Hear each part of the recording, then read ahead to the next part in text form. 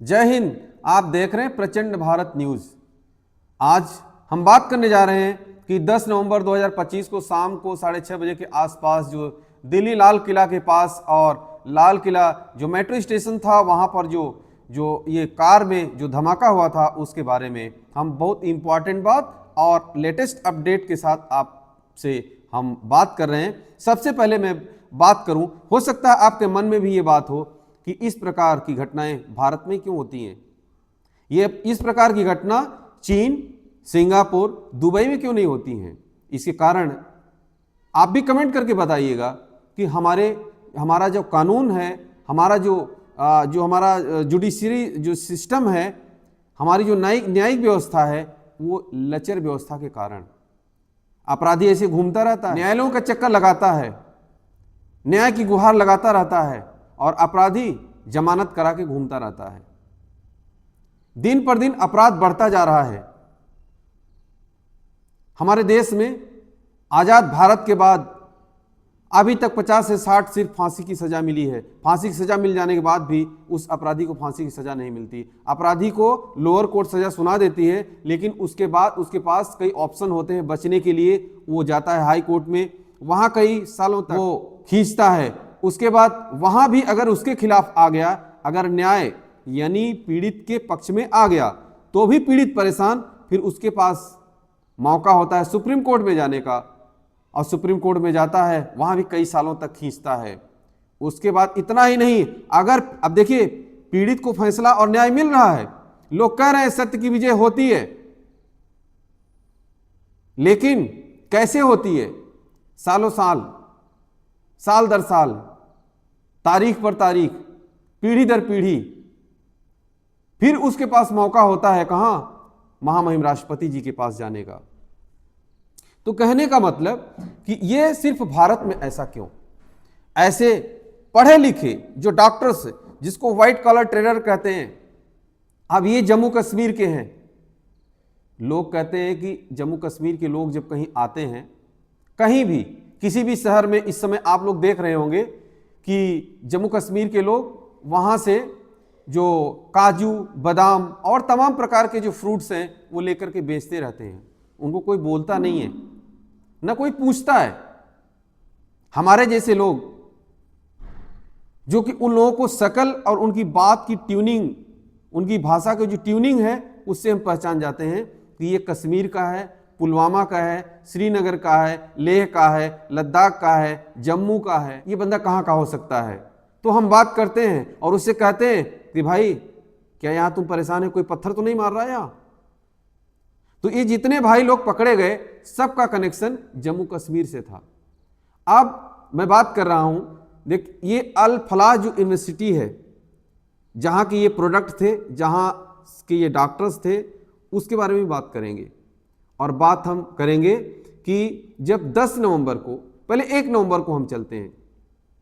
1 नवंबर को जो जम्मू कश्मीर के पुलवामा में एक व्यक्ति होता है जिसका नाम होता है डॉक्टर मुजम्मिल शकील। अब ये जो है, जो मौलाना मसूद अजहर है, जैसे मोहम्मद का जो संस्थापक है, जो सरगना है, उसका बैनर पोस्टर लगवाता है, उसकी फोटो लगवाता है। अब बताइए, ये मौलाना मसूद अजहर की फोटो लगाना, बैनर लगाना कितना बड़ा अपराध है? उसको पता नहीं होगा। वो डॉक्टर है, कितना पढ़ा लिखा है वो डॉक्टर, MBBS की डिग्री लेकर के बैठा है अल फलाह यूनिवर्सिटी से।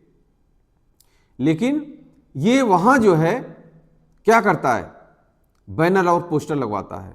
अब जब इसके आका जो पुलिस लोग बैठे हैं, पुलिस वालों के पास जब खबर मिलती है, पुलिस पहुंचती है, हाँ भाई क्या है ये, ऐसा क्यों कर रहा है? इसके पास कोई जवाब नहीं। ये तो जोश में था। पुलिस इसको उठा लेती है, जम्मू कश्मीर पुलिस, और फौज की जो खुफिया एजेंसीज हैं वो सब शामिल रहती हैं। फौज का जो, इंडियन आर्मी का जो मैनुअल इंटेलिजेंस है जम्मू कश्मीर में, वो जो 24 घंटे ऐसी खबरों पर नजर रखता है। एक तो ये हो गया।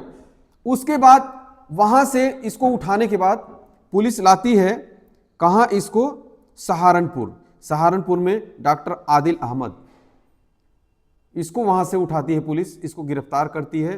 गिरफ्तार करने के बाद जैसे पूछताछ की जाती है तो इसके पास से ये वहां 12 छोटे बड़े सूटकेस मिलते हैं और ये 9 नवंबर को ये 350 केजी अमोनियम नाइट्रेट मिलता है, डेटोनेटर मिलता है, बैटरीज मिलती हैं, वायर मिलता है।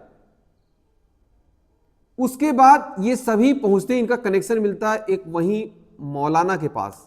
उस मौलाना के पास जाते हैं। अभी मैं 350 केजी की बात कर रहा था ना, 2500 केजी। आप लोग, कोई किसान होगा मेरा वीडियो सुनेगा तो वो बोलेगा कि 2500 केजी यानी 2500 कुंतल, 2500 कुंतल धान बड़े बड़े किसानों के पास नहीं होती। इसके पास 2500 केजी बारूद था, अमोनियम नाइट्रेट, डेटोनेटर, बहुत सारे ऐसी सामग्री थी इसके पास। अब बताइए कहां से लाया? ये डॉक्टर्स हैं, ये हिंदुस्तान में व्हाइट कॉलर टेरर हैं। ये हिंदुस्तान के लोगों का मरीज ठीक करेंगे, हिंदुस्तान के लोगों की बीमारी ठीक करेंगे या ठीक ठाक लोगों का जीवन लेंगे?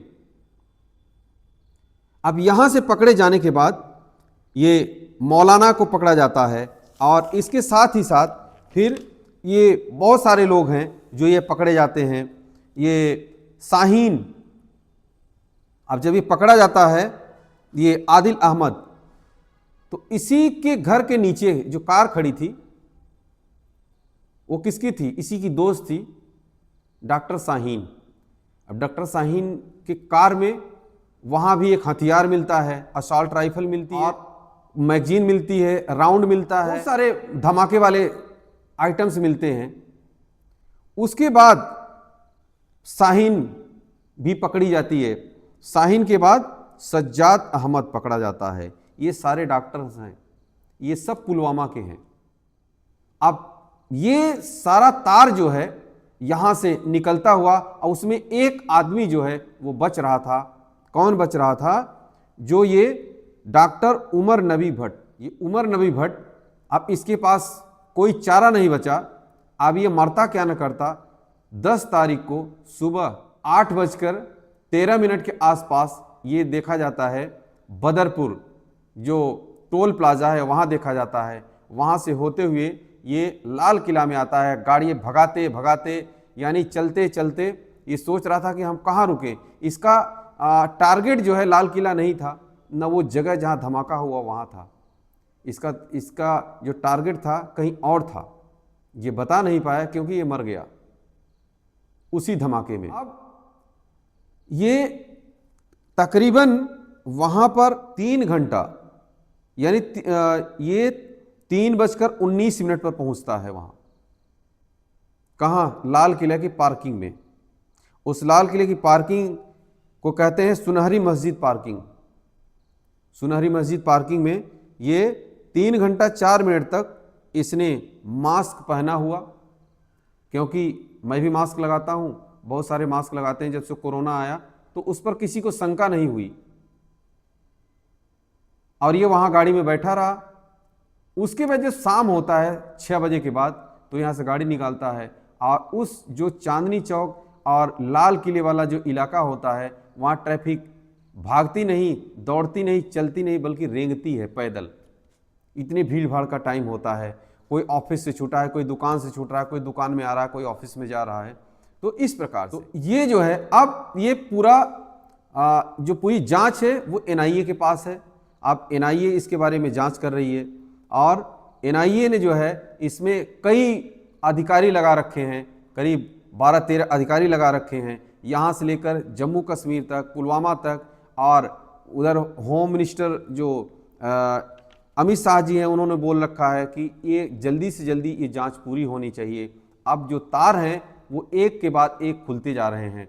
और मैं अल फलाह यूनिवर्सिटी के बारे में अगर बात करूं तो ये यूनिवर्सिटी जो है 2014 में इसको परमिशन मिली थी, 2019 में इसका फर्स्ट बैच शुरू हुआ था और यहाँ पर MBBS और LLB, BA LLB और तमाम ऐसी जो टेक्निकल डिग्रीज़ हैं उन सब की पढ़ाई होती है।